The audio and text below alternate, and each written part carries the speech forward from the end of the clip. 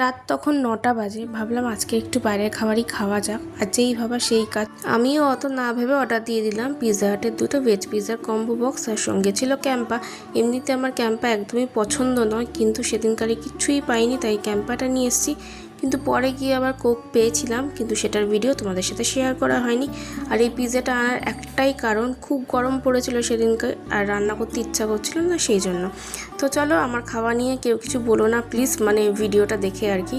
আর এই ভিডিওটা সবে ঘুম থেকে উঠেছি, এটা হচ্ছে পরের দিন সকালে।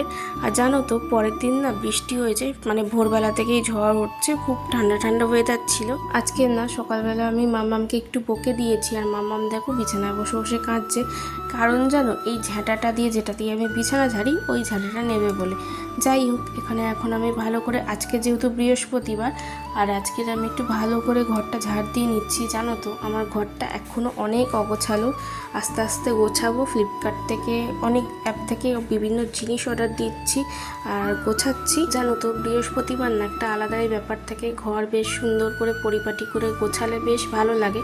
কিন্তু আমি আজকে বিছানার চাদরটা চেঞ্জ করতে পারিনি, অন্যদিন চেঞ্জ করে দেবো। ভালো করে ঘর পরিষ্কার করার পর এই কিচেনের জানলাটা এসে খুলে দিলাম, আর এখান থেকে না ফ্রেশ একটা হাওয়া আসে, খুব ভালো লাগে।